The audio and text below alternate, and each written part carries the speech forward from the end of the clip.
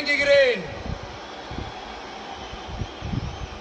இந்த மதுரைனாலே உடனே ஞாபகத்துக்கு வருது சீறி பாஞ்சி துள்ளி குதிக்கிற யாருக்கும் அடங்காத காளைகள் விளையாடுற அலங்காநல்லூர் ஜல்லிக்கட்டு தான். நம்ம வைகை ஆறுதான் அழகர் ஆத்துல இறங்குற வைபவம். மதுரை மீனாட்சி அம்மன் இந்த மண்ணோட உண்மையான குணம், உணர்வு பூர்வமான மண் இது.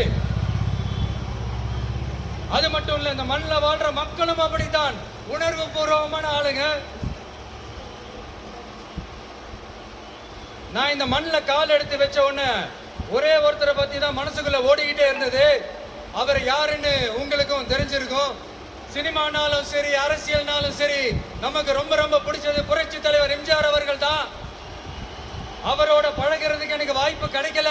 ஆனா அவரை மாதிரியே எண்ணம் கொண்ட என்னுடைய அண்ணன் புரட்சி கலைஞர் கேப்டன் விஜயகாந்த் அவர்களோட பழகிறதுக்கு எனக்கு நிறையவே வாய்ப்பு கிடைச்சது. அவரும் இந்த மதுரை மண்ணை சேர்ந்தவர் தானே, அவரை மறக்க முடியுமா?